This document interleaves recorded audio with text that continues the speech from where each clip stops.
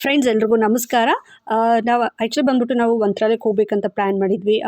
ನಾನು ಕೆಲವು ವ್ಲಾಗ್ಸಲ್ಲಿ ಕೂಡ ಹೇಳಿದ್ದೆ, ನಾನು ಮಂತ್ರಾಲಯಕ್ಕೆ ಹೋಗ್ತಾ ಇದ್ದೀವಿ ನೆಕ್ಸ್ಟ್ ವೀಕ್ ಅಂತ ಅಂದ್ಬಿಟ್ಟು. ಸೊ ನಾನು, ನಮ್ಮ ಮಗಳು, ಅಕ್ಕ ಮತ್ತು ಭಾವ ನಾವೆಲ್ಲನೂ ಮಂತ್ರಾಲಯಕ್ಕೆ ಹೋಗ್ತಾ ಇದ್ದೀವಿ. ನಿಮಗೆ ಮಂತ್ರಾಲಯಕ್ಕೆ ಹೋಗೋದಕ್ಕೆ 4 ಜನಕ್ಕೂ ಸೇರಿ ಒಂದು ಕಡೆಯಿಂದ ಬಂದ್ಬಿಟ್ಟು ₹1260 ಆಯಿತು. ಅಂದರೆ ₹250 ಟಿಕೆಟ್ ಇತ್ತು ಮತ್ತು ಅಡಿಷನಲ್ ಚಾರ್ಜಸ್ ಅಂತೆಲ್ಲ ಹೇಳಿಬಿಟ್ಟು ಒಟ್ಟು 4 ಟಿಕೆಟ್ಗೆ ನಿಮಗೆ ₹1260 ಆಯಿತು.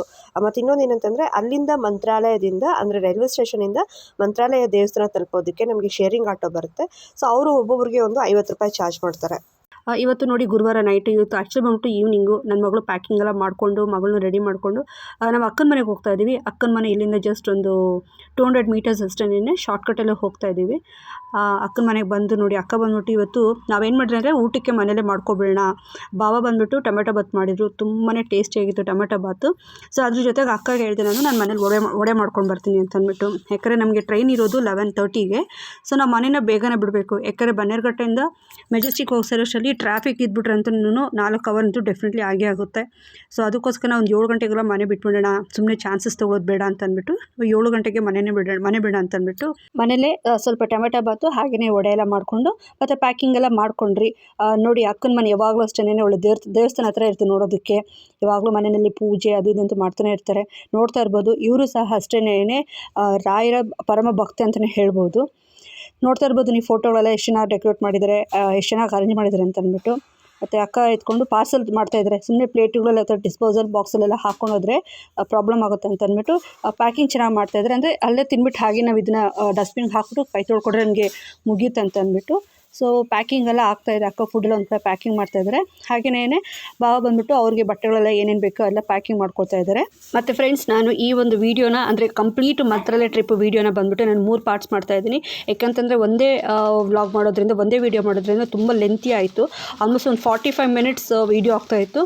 ಸೊ ಅದಕ್ಕೆ ಬೇಡ ಅಂತ ಅಂದ್ಬಿಟ್ಟು ನಾನು 3 ಭಾಗ ಅಂದರೆ 3 ಪಾರ್ಟ್ಸ್ ಮಾಡ್ತಾಯಿದ್ದೀನಿ. ಸೊ ಪಾರ್ಟ್ 1ನಲ್ಲಿ ಬೆಂಗಳೂರಿಂದ ಅಂದರೆ ಮನೆಯಿಂದ ನಾವು ರೈಲ್ವೆ ಸ್ಟೇಷನು ಮತ್ತು ಮಂತ್ರಾಲಯ ತಲುಪೋದವರೆಗೂ ಒಂದು ವ್ಲಾಗ್ ಮಾಡ್ತೀನಿ. ಅದಾದಮೇಲೆ ದರ್ಶನ, ಮತ್ತು ಇನ್ನು 3ನೇ ವ್ಲಾಗಲ್ಲಿ ಬಂದುಬಿಟ್ಟು ಮಂತ್ರಾಲಯದಿಂದ ಬೆಂಗಳೂರಿಗೆ ಬರೋ ಒಂದು ವ್ಲಾಗ್ನ ನಾನು ಮಾಡ್ತಾಯಿದ್ದೀನಿ. ಈ ವ್ಲಾಗಲ್ಲಿ ಬಂದ್ಬಿಟ್ಟು ಬೆಂಗಳೂರು ಅಂದರೆ ಮನೆಯಿಂದ ಮಂತ್ರಾಲಯ ರೈಲ್ವೆ ಸ್ಟೇಷನ್ವರೆಗೂ ವೀಡಿಯೋ ಹಾಕ್ತಾಯಿದ್ದೀನಿ. ಮತ್ತು ಇನ್ನೊಂದು ಏನಂತಂದರೆ, ಟಿಕೆಟ್ನೆಲ್ಲ ಆಲ್ರೆಡಿ 1 ತಿಂಗಳು ಮುಂಚೆನೇ ಬುಕ್ ಮಾಡೋದ್ರಿಂದ ನಮಗೆ ಕನ್ಫರ್ಮ್ ಕೂಡ ಆಗೋಗಿತ್ತು. ಸೊ ಟಿಕೆಟ್ ಪ್ರಿಂಟ್ ಕೂಡ ನಾನು ತೊಗೊಂಡು ಬಂದೆ ನಾನು. ಮತ್ತು ಇನ್ನೊಂದು ಆ್ಯಕ್ಚುಲಿ ಬಂದು ಟ್ರಾಫಿಕ್ ಅಂದರೆ ತುಂಬಾ ಇರುತ್ತೆ. ಯಾಕಂದರೆ ಗೊತ್ತು ನಿಮಗೆ ಬೆಂಗಳೂರು ಟ್ರಾಫಿಕ್ ಹೇಗೆ ಅಂತ ಅಂದ್ಬಿಟ್ಟು. ಸೊ ನಮ್ಗೆ 11 ಗಂಟೆ ಟ್ರೈನ್ ಇರೋದ್ರಿಂದ ನಾವು 7 ಗಂಟೆಗೆಲ್ಲ ಬಿಟ್ಟರೆ ಒಳ್ಳೆಯದು. ಅಂದರೆ ಸ್ವಲ್ಪ ಟ್ರಾಫಿಕೆಲ್ಲ ಇರೋದ್ರಿಂದ ತಪ್ಪಿಸ್ಕೋಬೋದು ಅಂತ ನಾನು ಯೋಚನೆ ಮಾಡಿಕೊಂಡು ನಾವು ಒಂದು 7 ಗಂಟೆಗೆಲ್ಲ ಬಿಟ್ರಿ ಹೊರಡ್ತಾ ಇದ್ದೀವಿ. ಇನ್ನು ಅಕ್ಕನ ಮನೆಯಿಂದ ಸ್ಟಾರ್ಟ್ ಮಾಡಿದ್ರಿ. ಆ್ಯಕ್ಚುಲಿ ಮೆಜೆಸ್ಟಿಕ್ ರೈಲ್ವೆ ಸ್ಟೇಷನ್ವರೆಗೂ ನಾವು ಆಟೋನ ಅಥವಾ ಕ್ಯಾಬಲ್ಲಿ ಹೋಗೋಣ ಅಂತ ಪ್ಲ್ಯಾನ್ ಮಾಡಿದ್ರಿ. ಮತ್ತು ಇನ್ನೊಂದು ಯೋಚನೆ ಮಾಡಿದ್ರಿ, ಸುಮ್ಮನೆ ಇಲ್ಲಿಂದ ಮೇನ್ ರೋಡ್ಗೆ ಆಟೋಲ್ಲಿ ಹೋಗ್ಬಿಟ್ಟು ಅಲ್ಲಿಂದ ನೋಡೋಣ ಬಸ್ಗಳು ಸಿಕ್ಕಿದ್ರೆ ಬಸ್ಸಲ್ಲಿ ಹೋಗೋಣ ಅಂತ ಪ್ಲ್ಯಾನ್ ಮಾಡಿದ್ವಿ ನಾವು. ಸೊ ನಾವು ಮೇನ್ ರೋಡಿಗೆ ಬಂದ್ವಿ ಬಸ್ ಸ್ಟಾಪಿಗೆ ಅಂತ ಅಂದ್ಬಿಟ್ಟು. ನಾವು ಆ್ಯಕ್ಚುಲಿ ಬಂದುಬಿಟ್ಟು ಫಸ್ಟ್ ಸ್ಟಾರ್ಟಿಂಗ್ನಲ್ಲಿ ಒಂದು 2-3 ಬಸ್ ಬಂತು. ಆ ಬಸ್ಗಳಂತೂ ತುಂಬ ಕ್ರೌಡಾಗಿತ್ತು. ಆಮೇಲೆ ವೆಯ್ಟ್ ಮಾಡೋಣ ಸ್ವಲ್ಪ ಹೊತ್ತು, ಹಾಗೂ ಏನಾದರೂ ಬಸ್ ಬಂದಿಲ್ಲ ಅಂತಂದರೆ ಆಮೇಲೆ ಆಟೋಲ್ಲಿ ಅಥವಾ ಕ್ಯಾಬಲ್ಲಿ ಹೋಗ್ಬೋಣ ಅಂತ ನಾವು ಪ್ಲ್ಯಾನ್ ಮಾಡ್ಕೊಂಡಿದ್ವಿ. ಸೊ ಇದಾದ ಒಂದು 5 ನಿಮಿಷಕ್ಕೆ ಒಂದು ಖಾಲಿ ಬಸ್ ಬಂತು. ಇನ್ನೊಂದು ಏನು ಹೇಳಬೇಕಂತಂದರೆ, ಈ ಒಂದು ಪ್ರಯಾಣದಲ್ಲಿ ಅಂದರೆ ಮಂತ್ರಾಲಯಕ್ಕೆ ಹೋಗೋ ಪ್ರಯಾಣದಲ್ಲಂತೂ ನಮ್ಗೆ ಒಳ್ಳೆ ಪಾಸಿಟಿವ್ ವೈಬ್ಸೇ ಆಯಿತು. ಯಾಕಂತಂದರೆ ಯೂಶ್ವಲಿ ಯಾವಾಗಲೂ ಟ್ರಾಫಿಕ್ ಇರೋದು. ಬಟ್ ಇವತ್ತು ಅಂದರೆ ಥರ್ಸ್ಡೇ ನೈಟು 7:30 ನಾವು ಟ್ರಾವೆಲ್ ಮಾಡ್ತಾಯಿದ್ದೀವಿ. ಸ್ವಲ್ಪನೂ ಟ್ರಾಫಿಕ್ ಇಲ್ಲ, ಅಂದರೆ ಅಲ್ಲಲ್ಲೇ ಸ್ವಲ್ಪ ಟ್ರಾಫಿಕ್ ಇತ್ತು. ನಮಗೆ 3 ಜನಕ್ಕೆ ಫ್ರೀ ಟಿಕೆಟ್ ಇತ್ತು. ನನಗೆ, ನನ್ನ ಮಗಳಿಗೆ ಅಕ್ಕಗೆ ಫ್ರೀ ಟಿಕೆಟ್ ಇತ್ತು.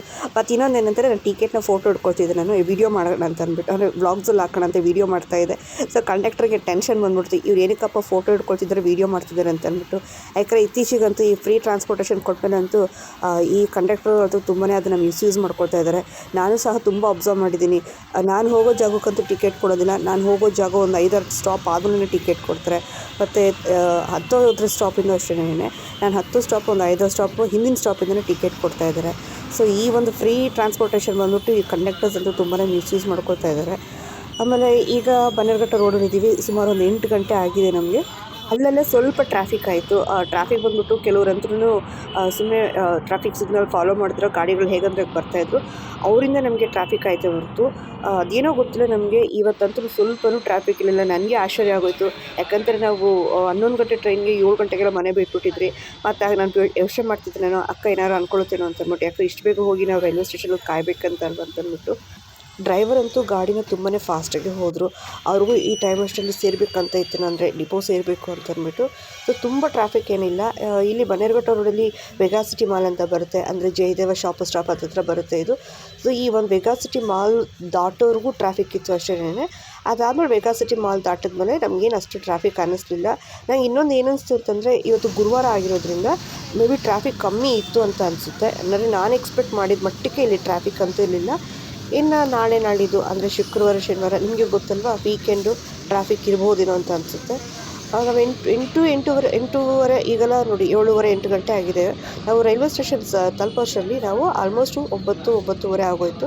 ಮತ್ತು ಇನ್ನೊಂದೇನೆಂದರೆ ಆರಾಮಾಗೇ ಇತ್ತು, ನಮಗೇನು ಕಷ್ಟ ಅಂತ ಅನ್ನಿಸ್ಲಿಲ್ಲ. ಸುಮ್ಮನೆ ಕ್ಯಾಬ್ ಅಂತ ಬುಕ್ ಮಾಡಿದ್ರೆ ನಮಗೆ 1200 1300 ಅಂತ ತೋರಿಸ್ತಾ ಇತ್ತು. ಆದರೆ ಇದರಲ್ಲಿ ಬಂದ್ಬಿಟ್ಟು ಬರೀ 25 ರೂಪಾಯಿ. ಅಂದರೆ ನಮ್ಮ ಬಾಬಾ ಮಾತ್ರ ಟಿಕೆಟ್ ತೊಗೊಂಡ್ರು, ನಮ್ಮ 3 ಜನಕ್ಕೂ ಫ್ರೀ ಇತ್ತು. ನೋಡಿ ನೋಡ್ತಾ ಇರ್ಬೋದು, ಬಸ್ಸೆಲ್ಲ ಖಾಲಿ ಇತ್ತು, ರಶ್ ಅಂತ ಏನಿರಲಿಲ್ಲ. ಸೊ ಆರಾಮಿತ್ತು ಅಂತಲೇ ಅನ್ನಿಸ್ತು ನಮಗೆ. ಹೋದ್ವಿ ನಾವು ಮೆಜೆಸ್ಟಿಕ್ ಬಸ್ ಸ್ಟಾಪ್ನ ಬಂದು ತಲುಪಾಯಿತು. ಇಲ್ಲಿಂದ ನಾವು ಅಂಡರ್ ಪಾಸ್ ಒಳಗಡೆ ಹೋಗ್ಬಿಟ್ಟು ನಾವು ರೈಲ್ವೆ ಸ್ಟೇಷನ್ಗೆ ಹೋಗಬೇಕಾಗುತ್ತೆ ನಾವು. ಸೊ ರೈಲ್ವೆ ಸ್ಟೇಷನ್ಗೆ ಹೊರಡ್ತಾ ಇದ್ದೀವಿ. ನನಗೆ ಗೊತ್ತಿರೋ ಪ್ರಕಾರ ಇವತ್ತು ಸದ್ಯ ತಕ್ಕ ಮಟ್ಟಿಗೆ ಟ್ರಾಫಿಕ್ ತುಂಬಾ ಕಮ್ಮಿ ಇತ್ತು. ನಮ್ಮ ಅಕ್ಕ ನನ್ನ ಮಗಳು ಕೈ ಹಿಡ್ಕೊಂಡು ಕರ್ಕೊಂಡು ಹೋಗ್ತಾ ಇದ್ದಾರೆ. ಯಾಕೆ ನಿಮಗೆ ಗೊತ್ತು, ಅದೆಲ್ಲ ಸೇಫ್ಟಿ ಜಾಗ ಅಲ್ಲ ಅಂತ ಅಂದ್ಬಿಟ್ಟು ಓಡಾಡೋದಕ್ಕೆ.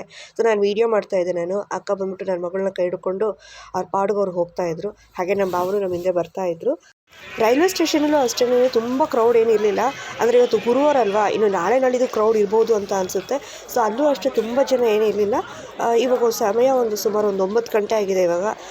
ನಾವು ಹೋಗ್ತಾಯಿದ್ದೀವಿ, ರೈಲ್ವೆ ಸ್ಟೇಷನ್ ಒಳಗಡೆ ಹೋಗ್ತಾ ಇದ್ದೀವಿ. ಆ್ಯಕ್ಚುಲಿ ಬಂದ್ಬಿಟ್ಟು ನಮಗೆ ಪ್ಲ್ಯಾಟ್ಫಾರ್ಮ್ 6 ಇತ್ತು ನಮಗೆ.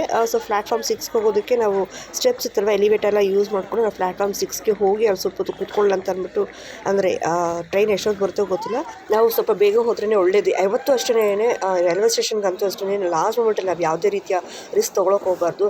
ಯಾಕಂದರೆ ನಾವು ಒಂದು ಸತಿ ಮುರುಡೇಶ್ವರಕ್ಕೆ ಹೋದಾಗಲೂ ಹಾಗೆ ಹೋಗ್ಬಿಟ್ಟಿತ್ತು. ನಮಗೆ 7:30ಗೆ ಟ್ರೈನ್ ಇರೋದ್ರಿಂದ ನಾವು ಅಂದ್ಕೊಂಡ್ವಿ ನಾವು 6:30ಗೆ ಬಿಟ್ಟರು ಸಾಕು, ಅಂದರೆ ದೇವಸ್ಥಾನದಿಂದ 6:30ಗೆ ಬಿಟ್ಟರು ಸಹ ನಾವು 7:30ಗೆಲ್ಲ ರೈಲ್ವೆ ಸ್ಟೇಷನ್ಗೆ ಹೋಗ್ಬೋದು ಅಂದ್ಬಿಟ್ಟು. ಬಟ್ ಆದರೆ ತೊಂದರೆ ಆಗಿದೆ ಎಲ್ಲ ಅಂತಂದರೆ, ನಮಗೆ ರೈಲ್ವೆ ಸ್ಟೇಷನ್ಗೆ ಹೋಗೋದಕ್ಕೆ ಆಟೋ ಆಗಲಿ ಕ್ಯಾಬ್ ಆಗಲಿ ಏನೂ ಸಿಕ್ಕಿಲ್ಲ ನಮಗೆ. ತುಂಬಾ ಪರದಾಡಿದ್ಬಿಟ್ವಿ. ಹೇಳಬೇಕಂತಂದರೆ 7:10ವರೆಗೂ ನಮ್ಗೆ ಯಾವ ಆಟೋಗಳು ಸಿಕ್ಕಿಲ್ಲ. ಸೊ ಆ ರೀತಿ ರಿಸ್ಕೆಲ್ಲ ತೊಗೊಳಕ್ಕೆ ಹೋಗಬಾರ್ದು. ರೈಲು ಮತ್ತು ಫ್ಲೈಟು ಇದೆಲ್ಲ ಹಿಡಿಬೇಕಂದ್ರೆ ನಾವು ಆಲ್ಮೋಸ್ಟ್ 1.5 ಅವರ್ ಅಥವಾ 2 ಅವರ್ಸ್ ಮುಂಚೆ ಹೋದ್ರೇ ತುಂಬ ಒಳ್ಳೆಯದು. ಯಾಕಂದ್ರೆ ಮನೆಯಲ್ಲಿ ಕೂತ್ಕೊಂಡು ಟೈಮ್ ಸ್ಪೆಂಡ್ ಮಾಡೋ ಬದಲು ರೈಲ್ವೆ ಸ್ಟೇಷನಲ್ಲಿ ಕೂತ್ಕೊಂಡು ನಾವು ಟೈಮ್ ಸ್ಪೆಂಡ್ ಮಾಡ್ಬೋದು ನಮಗೆ. ಸೊ ರೈಲ್ವೆ ಸ್ಟೇಷನ್ ಬಂದಾಯಿತು ನಾವು.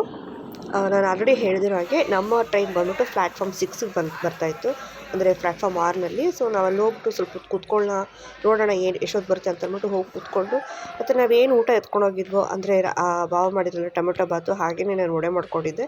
ಸೊ ಅದನ್ನು ಕೂತ್ಕೊಂಡೆಲ್ಲ ತಿಂದ್ರಿ. ಮತ್ತು ಇನ್ನೊಂದೇನಂತಂದರೆ, ನಮಗೆ ರೈಲ್ವೆ ಸ್ಟೇಷನಲ್ಲಿ ನಾವು ಆಲ್ಮೋಸ್ಟ್ ಒಂದು 3 ಅವರ್ ಬೇಗನೆ ಹೋಗ್ಬಿಟ್ಟಿದ್ವಿ. 3 ಅವರ್ ಬೇಗನೆ ಹೋಗ್ಬಿಟ್ಟಿದ್ವಿ. ಬಟ್ ನಮ್ಗೆ ಆ 3 ಅವರು ರೈಲ್ವೆ ಸ್ಟೇಷನಲ್ಲಿ ವೆಯ್ಟ್ ಮಾಡಿದ್ದು ನಮಗೇನು ಕಷ್ಟ ಅಂತ ಅನ್ನಿಸ್ಲಿಲ್ಲ. ಹೇಳಬೇಕಂತಂದರೆ ಓವರಾಲ್ ಜರ್ನಿ, ಈ ಒಂದು ಮಂತ್ರಾಲಯಕ್ಕೆ ಹೋಗಿ ಬರೋ ಜರ್ನಿ ಅಂತಂದ್ರೂ ತುಂಬಾ ಒಳ್ಳೆ ಪಾಸಿಟಿವ್ ಎಕ್ಸ್ಪೀರಿಯೆನ್ಸ್ ಕೊಡ್ತು ನಮಗೆ. ಎಲ್ಲೂ ಅಷ್ಟೇ ಅಯ್ಯೋ ಟೈಮ್ ವೇಸ್ಟ್ ಮಾಡ್ತಾ ಇದ್ದೀವಿ ಹಾಗೆ ಹೀಗಂತ ನಮಗೆಲ್ಲೂ ಫೀಲ್ ಆಗಿಲ್ಲ ನಮಗೆ. ಸೊ ಊಟ ಎಲ್ಲ ಮಾಡ್ಬಿಟ್ಟು ಕೂತ್ಕೊಂಡಿದ್ವಿ ನಾವು. ಹಾಗೆ ಅಷ್ಟರಲ್ಲಿ ಟ್ರೈನ್ ಸಹ ಬಂತು. ಟ್ರೈನ್ ಬಂದರು, ಬಟ್ ಟ್ರೈನ್ ಅಂದರೆ ಲೈಟ್ಸ್ಗಳೆಲ್ಲ ಏನೂ ಆನ್ ಮಾಡಿರಲಿಲ್ಲ. ಒಂದು 10 ನಿಮಿಷಕ್ಕೆಲ್ಲ ಟ್ರೈನ್ ಬಂತು. ಬಾವ ಮಾತ್ರ ಹೋಗಿ ಕೂತ್ಕೊಂಡಿದ್ರು. ಅದಾದಮೇಲೆ ನಾವೇನು ಮಾಡಿದ್ವಿ, ನಿಮಗೆ ಗೊತ್ತಲ್ವಾ, ನಮ್ಮ ಸ್ವಲ್ಪ ಈ ಟ್ರೈನ್ಗಳೆಲ್ಲ ಸ್ವಲ್ಪ ಸ್ಮೆಲ್ ಇರುತ್ತೆ ಅಂತ ಅಂದ್ಬಿಟ್ಟು ಸದ್ಯಕ್ಕೆ ನಾವು ಹೊರಗಡೆ ಇದ್ದರೆ ನಾನು ನಮ್ಮ ಅಕ್ಕ ನನ್ನ ಮಗಳೆಲ್ಲ ಹೊರಗಡೆ ಕೂತಿದ್ವಿ ನಾವು. ಸುಮಾರು ಒಂದು 11 ಗಂಟೆಗೆ ನಾವು ಹೋಗಿ ಟ್ರೈನಲ್ಲಿ ಕೂತ್ಕೊಂಡ್ವಿ ನಾವು. ಟ್ರೈನಲ್ಲಿ ಕೂತ್ಕೊಂಡ್ಮೇಲೆ ಅದು ಹೀಗೆ ಮಾತಾಡ್ತಾ ಯಾವಾಗ ಟ್ರೈನ್ ಸ್ಟಾರ್ಟ್ ಆಯ್ತಂದರೆ ಗೊತ್ತಿಲ್ಲ. ಬಟ್ ಆಮೇಲೆ ಟೈಮ್ ನೋಡಿದ್ರೆ ಆಲ್ಮೋಸ್ಟ್ 11:36 ಬೇರೆ ಆಗೋಗಿತ್ತು. ಅಂದರೆ ಇದು ಟ್ರೈನ್ ಇದ್ದಿದ್ದು 11:20ಗೆ. ಸೊ 15 ನಿಮಿಷ ಆಗೋಗಿತ್ತು ಟ್ರೈನ್ ಹೊಡೋದಕ್ಕೆ. ಮತ್ತು ಇನ್ನೊಂದೇನಂತಂದರೆ ವಿಶೇಷ, ನಾನು ಆಲ್ರೆಡಿ ಹೇಳಿದ್ದೀನಿ, ನಾಳೆ ಅಂದರೆ 10ನೇ ತಾರೀಕು, ನಾವು ಹೊರಟಿದ್ದು 9ನೇ ತಾರೀಕು ರಾತ್ರಿ. ಬಟ್ 10ನೇ ತಾರೀಕು ಬಂದ್ಬಿಟ್ಟು ಅಕ್ಕನ ಬರ್ತ್ಡೇ ಇತ್ತು. ಅಂದರೆ ನಾವು 12 ಗಂಟೆ ಆಗೋದನ್ನೇ ಕಾಯ್ಕೊಂಡಿದ್ವಿ. ಇನ್ನೊಂದೇನಂತಂದರೆ, ಆ್ಯಕ್ಚುಲಿ ಅವತ್ತು ಬರ್ಡೇಗೆ ಅಕ್ಕನಿಗೆ ಕೇಕ್ ಕಟ್ ಮಾಡಿಸೋಣ ಅಂತ ಪ್ಲ್ಯಾನ್ ಮಾಡಿದ್ವಿ. ಬಟ್ ಬಾವ ಏನು ಹೇಳಿದ್ರು ಅಂತಂದರೆ, ದೇವಸ್ಥಾನಕ್ಕೆ ಹೋಗೋದ್ರಿಂದ ನಾವು ಕೇಕೆಲ್ಲ ತಿನ್ನೋದು ಬೇಡ, ಯಾಕಂದರೆ ಮೊಟ್ಟೆಲ್ಲ ಹಾಕಿರ್ತಾರೆ. ಸೊ ಅದೆಲ್ಲ ಬೇಡ, ನಾವು ಬಂದಮೇಲೆ ಸೆಲೆಬ್ರೇಷನ್ ಮಾಡೋಣ ಅಂತ ಬಾವ ಹೇಳಿದ್ರು. ಮತ್ತು ಒಂದು 12 ಗಂಟೆಗೆ ನಾವೆಲ್ಲ ಚೆನ್ನಾಗಿ ಮಲ್ಕೊಂಡು ನಿದ್ದೆ ಮಾಡಿಬಿಟ್ರಿ. ಅಕ್ಕನಿಗೆ ವಿಶ್ ಮಾಡಿಬಿಟ್ಟು ಬರೀ ವಿಶ್ ಮಾಡಿದ್ರೆ ಅಷ್ಟೇ. ಸೊ ವಿಶ್ ಮಾಡಿಬಿಟ್ಟು ನಾವೆಲ್ಲ ಮಲ್ಕೊಬಿಟ್ರಿ. ಯಾಕಂದರೆ ಅಕ್ಕನಿಗೂ ಸ್ವಲ್ಪ ಟೈರ್ಡ್ ಆಗ್ತಾ ಅನಿಸ್ತಾ ಇತ್ತು, ನಾನು ಅಬ್ಸರ್ವ್ ಮಾಡ್ತಿದ್ದೆ ನಾನು. ಅದಾದಮೇಲೆ ಬೆಳಿಗ್ಗೆ ಎದ್ದು ನೋಡಿದ್ವಿ. ಬೆಳಿಗ್ಗೆ ಒಂದು 4-4:15 ಎಚ್ಚರಿಕೆ ಆಯಿತು ನಮಗೆ. 4:15 ಎಚ್ಚರಿಕೆ ಆದರೆ ನಾವು ಅಷ್ಟರಲ್ಲಿ ಮಂತ್ರಾಲಯ ಅಂತಂದರೆ ನಾವು ಈ ಒಂದು ಮಂತ್ರಾಲಯದ ಕಡೆ ಬಂದುಬಿಟ್ಟಿದ್ರಿ. ನೀವು ನೋಡ್ತಾ ಇರ್ಬೋದು ಅಲ್ಲಿನ ವಾತಾವರಣ. ಅಂದರೆ ತುಂಬ ಬಿಸಿಲಂತೂ ಡೆಫಿನೆಟ್ಲಿ ಇದೆ, ನಮ್ಮ ಬೆಂಗಳೂರು ಥರ ಅಂತೂ ಇಲ್ಲವೇ ಇಲ್ಲ. ಬಟ್ ಏನಂತಂದರೆ ನಾನು ಒಂದು ಅಬ್ಸರ್ವ್ ಮಾಡಿದಂಗೆ ಕೆಲವು ಕಡೆ ಎಲ್ಲನೂ ಈ ಥರ ತೋಟಗಳೆಲ್ಲ ಕಾಣಿಸುತ್ತೆ ನಮಗೆ. ಇನ್ನು ಕೆಲವು ಕಡೆ ನೋಡಿದ್ರೆ ಕಂಪ್ಲೀಟ್ ಬರಡು ಭೂಮಿ ಥರ ಕಾಣಿಸುತ್ತೆ. ಮನೆಗಳಂತೂ ಒಂದು ಮನೆ ಕಾಣಿಸ್ಲಿಲ್ಲ. ಹಾಗೆಯೇ ಪಬ್ಲಿಕ್ ಟ್ರಾನ್ಸ್ಪೋರ್ಟೇಷನ್ ಅಷ್ಟೇನೆ ಇಲ್ಲಿ ಜೀವನ ಸ್ವಲ್ಪ ಕಷ್ಟ ಅಂತಲೇ ಅನಿಸುತ್ತೆ ನನಗೆ. ಯಾಕಂದರೆ ನೀವು ನೋಡ್ಬೋದು ಇಷ್ಟು ದೊಡ್ಡ ಹೊಲ ಗದ್ದೆಗಳು ತೋಟಗಳೆಲ್ಲ ಕಾಣಿಸಿದ್ರು ಸಹ ಮನೆ ಅಂತೂ ಹಾರ್ಡ್ಲಿ ಎಲ್ಲೂ ಮನೆಗಳು ನಮಗೆ ಕಾಣಿಸ್ಲಿಲ್ಲ ನಮಗೆ. ಸೊ ಇವಾಗ ನಾವು ಮಂತ್ರಾಲಯಕ್ಕೆ ಹೋಗಿ ತಲುಪೋಷ್ಟರಲ್ಲಿ ನಮಗೆ 7:30 ಆಗೋಯಿತು ನಮಗೆ. ಇನ್ನೊಂದು ಏನಂತಂದರೆ ನಿಮಗೆ ಮಂತ್ರಾಲಯ ಹೋಗೋದಕ್ಕೆ ತುಂಬಾ ಈಸಿ, ನಮಗೆ ತುಂಬ ಖರ್ಚಾಗೋದಿಲ್ಲ. ನಮಗೇನಂತಂದರೆ ನಮ್ಮ ರೈಲ್ವೆ ಸ್ಟೇಷನಿಂದ ಮಂತ್ರಾಲಯಕ್ಕೆ ನಮಗೆ ಬಂದು ₹250 ಟಿಕೆಟು, ಮತ್ತು ಅದು ಅಡಿಷ್ನಲ್ ಚಾರ್ಜಸ್ ಅದು ಇದು ಅಂತ ಅಂದ್ಬಿಟ್ಟು ಇಬ್ಬರಿಗೆ ಬುಕ್ ಮಾಡಿದ್ರೆ ನಾವು 4 ಜನ ಬುಕ್ ಮಾಡಿದ್ರಿ. 4 ಜನಕ್ಕೆ ₹1260 ಆಯಿತು. ಮತ್ತು ಮಂತ್ರಾಲಯ ತಲುಪಿದ್ಮೇಲೆ ಅಷ್ಟೇ ಅಲ್ಲಿಂದ ಕಾರಲ್ಲಿ ಹೋಗೋ ಅವಶ್ಯಕತೆ ಏನಿಲ್ಲ ನಮಗೆ. ಯಾಕಂತಂದರೆ ಭಾವನಿಗೆ ಟಯರ್ಡ್ ಆಗಿಬಿಡುತ್ತೆ ಮತ್ತು ಅವರೊಬ್ಬರೇ ಓಡಿಸ್ಬೇಕು ಅಂತ ಅಂದ್ಬಿಟ್ಟು ನಾವೇ ಟ್ರೈನಲ್ಲಿ ಹೋಗೋಣ ಅಂತ ಪ್ಲ್ಯಾನ್ ಮಾಡಿದ್ವಿ ನಾವು. ಸೊ ಮೆಜೆಸ್ಟಿಕ್ಕಿಂದ ನಮಗೆ ಮಂತ್ರಾಲಯಕ್ಕೆ ₹1260 ಆಯಿತು 4 ಜನಕ್ಕೆ. ಅದಾದಮೇಲೆ ನಾವು ಮಂತ್ರಾಲಯ ಹೋದ್ಮೇಲೆ ಅಲ್ಲಿ ನಮಗೆ ಬಂದ್ಬಿಟ್ಟು ಶೇರಿಂಗ್ ಆಟೋಗಳು ಸಿಗುತ್ತೆ. ಸೊ ಶೇರಿಂಗ್ ಆಟೋನಲ್ಲಿ ಹೋಗಿದ ತಕ್ಷಣ ನಮಗೆ ಆಟೋ ಸಿಗುತ್ತೆ ರೈಲ್ವೆ ಸ್ಟೇಷನ್ ಹತ್ರ. ಅವರು ಒಬ್ಬೊಬ್ಬರಿಗೆ ₹50 ಚಾರ್ಜ್ ಮಾಡ್ತಾರೆ. ಈಗ ನಾವು ಮಂತ್ರಾಲಯ ಬಂದು ತಲುಪಿದ್ದೀವಿ ನಾವು. ಇನ್ನೇನು ನಾವು ಆಟೋ ಹತ್ಕೊಂಡು ದೇವಸ್ಥಾನ ಹತ್ರ ಹೋಗಬೇಕಾಗುತ್ತೆ ನಾವು. ಇಲ್ಲಿಂದ ಸುಮಾರು ಒಂದು 15 ಕಿಲೋಮೀಟ್ರು, ಅಂದರೆ ರೈಲ್ವೆ ಸ್ಟೇಷನಿಂದ ನಮಗೆ 15 ಕಿಲೋಮೀಟ್ರ್ ಆಗುತ್ತೆ. ಇಲ್ಲಿ ಟ್ರಾನ್ಸ್ಪೋರ್ಟೇಷನ್ಗೆಲ್ಲ ಏನು ತೊಂದರೆ ಇಲ್ಲ ಹೇಳಬೇಕಂತಂದರೆ. ಅಂದರೆ ನಮ್ಮದು ಓನ್ ವೆಹಿಕಲ್ ಇರಬೇಕು, ನಮ್ಮ ಹತ್ರ ಕಾರು ಇರಬೇಕು, 2 ವೀಲರ್ ಇರಬೇಕು ಅಂತ ಅವಶ್ಯಕತೆ ಏನೂ ಇಲ್ಲ. ಒಳ್ಳೆ ಟ್ರಾನ್ಸ್ಪೋರ್ಟ್ ಫೆಸಿಲಿಟಿ ನಮಗೆ ಸಿಗುತ್ತೆ ಇಲ್ಲಿ. ಪ್ರೈವೇಟ್ ಆಟೋಗಳು ಇರೋದ್ರಿಂದ ನಮಗೆ ರೈಲ್ವೆ ಸ್ಟೇಷನಿಂದ ದೇವಸ್ಥಾನಕ್ಕೆ ಹೋಗೋದಕ್ಕೆ ಒಂದು ಹಾಫ್ ಆನ್ ಅವರ್ ಆಗುತ್ತೆ. ನಾನು ಆಲ್ರೆಡಿ ಹೇಳಿರೋ ಹಾಗೆ ಬರೀ ₹50 ನಮ್ಮನ್ನು ಕರ್ಕೊಂಡು ಹೋಗಲು ಬಿಟ್ಬಿಡ್ತಾರೆ. ಅಂದರೆ ಒಬ್ಬರಿಗೆ ಅವರು ₹50 ಚಾರ್ಜ್ ಮಾಡ್ತಾರೆ.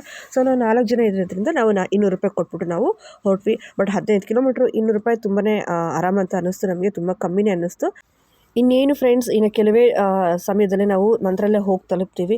ಸೊ ಈ ವಿಡಿಯೋನ ನಾನು ಆಲ್ರೆಡಿ ಹೇಳಿರೋ ಹಾಗೆ ನಾನು ಬರೀ ಮಂತ್ರಾಲಯ ತಲುಪೋವರೆಗೂ ಮಾತ್ರ ನಾನು ಈ ಒಂದು ಪಾರ್ಟ್ 1ನಲ್ಲಿ ಹಾಕಿರ್ತೀನಿ. ಮಿಕ್ಕಿದ ಪಾರ್ಟ್ 2, ಪಾರ್ಟ್ 3ನಲ್ಲಿ ಮಿಕ್ಕಿದ ವೀಡಿಯೋಸ್ ಎಲ್ಲ ನಾನು ಶೇರ್ ಮಾಡ್ತೀನಿ ನಾವು ಬಂದು ಮಂತ್ರಾಲಯ ತಲುಪಾಯಿತು. ಸೊ ನನ್ನ ಮುಂದಿನ ವೀಡಿಯೋನ ಬಂದ್ಬಿಟ್ಟು ಪಾರ್ಟ್ 2ನಲ್ಲಿ ಬರುತ್ತೆ. ಪಾರ್ಟ್ 2ನಲ್ಲಿ ಬಂದ್ಬಿಟ್ಟು ನಮ್ಮ ಮಂತ್ರಾಲಯ ಬಂದಮೇಲೆ ನಾವು ಏನು ಮಾಡಿದ್ವಿ ಅಂತೆಲ್ಲ ನಾನು ತೋರಿಸ್ತೀನಿ. ಸೊ ಇಲ್ಲಿವರೆಗೂ ನನ್ನ ವೀಡಿಯೋ ನೋಡಿದ್ದಕ್ಕೆ ತುಂಬ ಥ್ಯಾಂಕ್ಸ್ ಫ್ರೆಂಡ್ಸ್.